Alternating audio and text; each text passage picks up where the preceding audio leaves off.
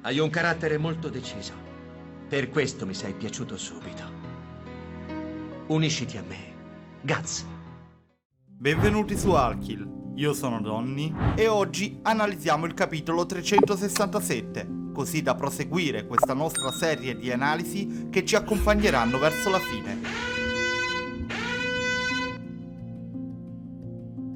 Ci sono fondamentalmente 3 punti interrogativi in questo nuovo capitolo a cui dovremo cercare di dare una risposta. 2 punti sono facilmente interpretabili, il terzo è più una teoria.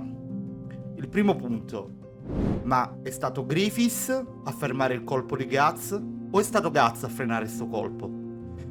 Partite dal presupposto che io propendo per credere che sia stato Guts a frenarsi, ma se fosse stato Griffiths, cosa cambierebbe? La seconda cosa: ma come mai Danan se ne accorge solo adesso, mentre gli altri se ne erano accorti già prima di questa presenza?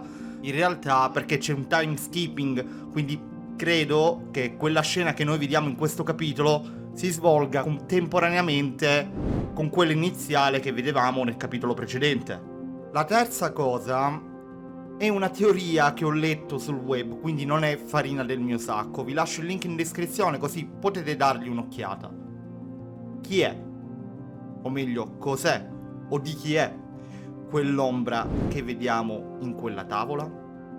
Personalmente credo che sia Guts o Griffiths, però c'è anche chi sostiene che sia il Cavaliere del Teschio. Ve l'avevo premesso, è solo una teoria, però se volete approfondire la cosa, su cui non voglio perderci troppo tempo, vi lascio il link in descrizione, appunto, così potete dare una buona lettura.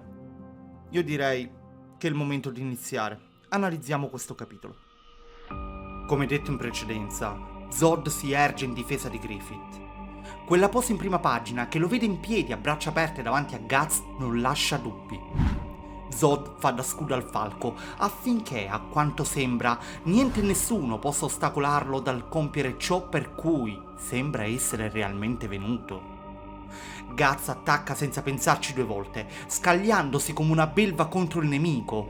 Intravediamo l'occhio del demone in una vignetta. Curioso che l'armatura del Berserker, in una situazione tesa come questa, non si sia ancora attivata, facendo perdere, come al solito, il controllo al guerriero nero. Solitamente lo abbiamo visto perdere le staffe in situazioni meno difficili di questa. L'attacco è frontale, ma una zampa dell'apostolo che compare alle sue spalle, potere di cui abbiamo già discusso nel video precedente, distrae Guts che, abbassando brevemente la guardia, incassa il potente colpo di Zod, riuscendo a malapena a pararlo con la spada. Colpo che lo scaraventa facendolo volare in aria. Abbiamo un cambio di scena, un brevissimo spaccato di tranquillità in cui si vedono Danan e gli altri, che dura un paio di vignette. Qui però accade la prima delle cose più emblematiche di tutto questo capitolo. Danan crolla a terra, come se le gambe non le reggessero più, schiacciata da quella asfissiante sensazione di male. Ma la cosa veramente inquietante sono le sue parole. Parole su cui, quando l'ho lette, mi sono soffermato più e più volte. Tutto è perduto. Sento un grande pericolo. Uno alla volta germoglieranno dalla terra. Torniamoci dopo su questa cosa.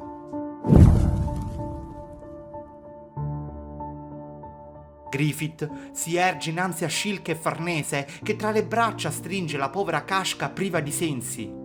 Mentre leggevo, non avevo fretta a passare alla tavola successiva.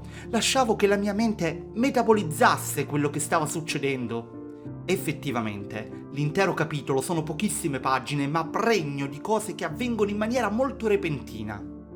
Inizialmente, dubbio che mi era salito già nel capitolo precedente, pensavo che in qualche modo Griffith ce l'avesse con Shilke, magari quella ragazzina in particolare era un ostacolo così come lo fu la sua maestra in precedenza. E invece a quanto pare no.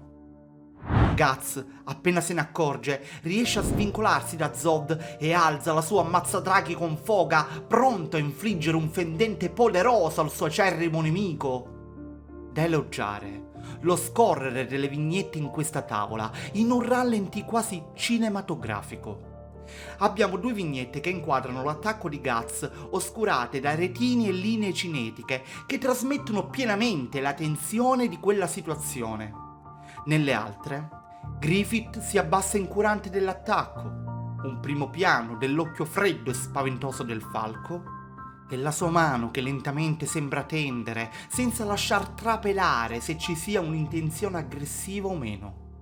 Il colpo di Guts si stoppa a mezz'aria, frenato da ciò che vede, appena un paio di centimetri da Griffith. La seconda emblematica scena che lascia sbigottito Guts e tutti noi lettori. Griffith abbraccia Kashka. Una cosa che lascia talmente tanto straniti che io stesso non ho parole per poterla descrivere. Qualcosa che nuovamente, come in fin dei conti tutti e tre questi nuovi capitoli, riporta in noi il sentore della scena che anni prima leggemmo nel cimitero delle spade. Non una parola che spieghi quel gesto, solo espressioni.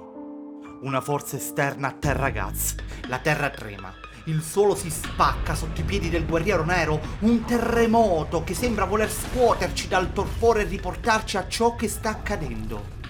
Nella scena finale, Griffith si alza con in braccio Kashka, senza lasciarci intuire, se non dal suo sguardo verso l'orizzonte, se si stia preparando ad andarsene da lì oppure no. Effettivamente non lo sappiamo. Sappiamo solo, e qui mi ricollego a Danan, che qualcosa di terrificante sta per accadere lì sull'isola, e ad indicarcelo è il suolo che comincia ad assumere l'aspetto di facce terrificanti che, lasciate che ve lo dica, mi hanno ricordato quelle che adornavano l'ormai lontana eclissi.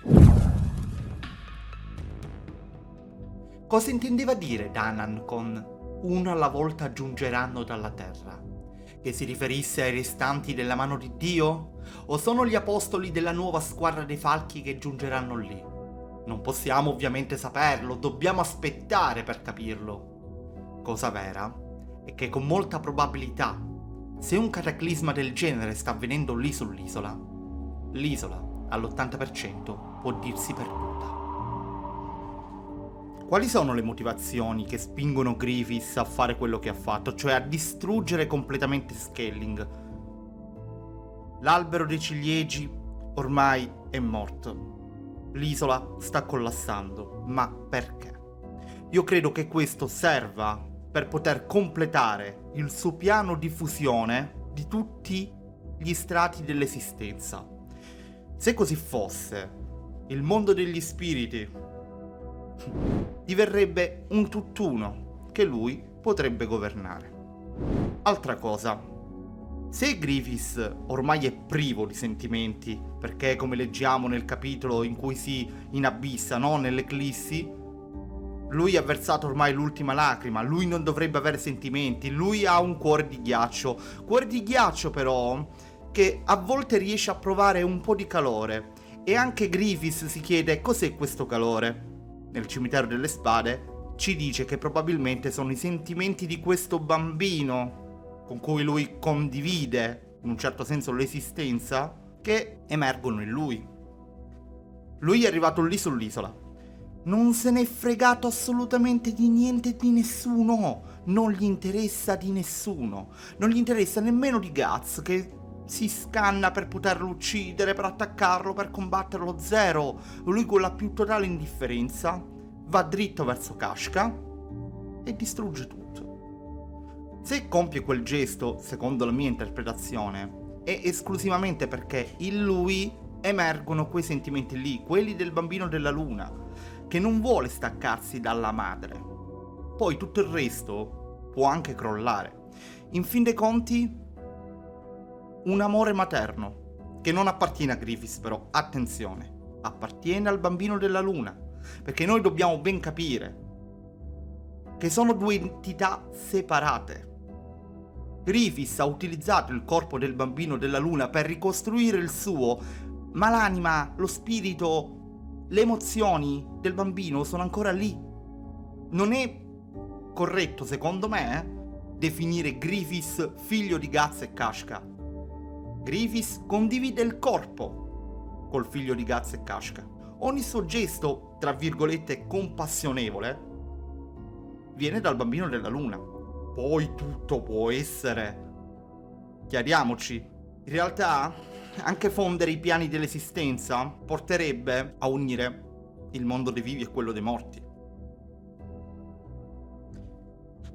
Che voglia lavarsi la coscienza? Sarò molto vago su questo. Ma voglio prima vedere dove andiamo a parare. Così potrò spiegarvela meglio sta cosa. Ragazzi miei, anche oggi il video finisce qui. Il capitolo dovrebbe uscire il 12 o il 16, credo il 12 agosto. E non vedo l'ora di capire cosa sta succedendo lì, se Griffiths se ne andrà, quali sono i suoi piani. C'è tanta carne sul fuoco che aspetta solo di essere divorata da noi. Quindi, quello che posso dirvi per adesso, come al solito, è buona vita a tutti.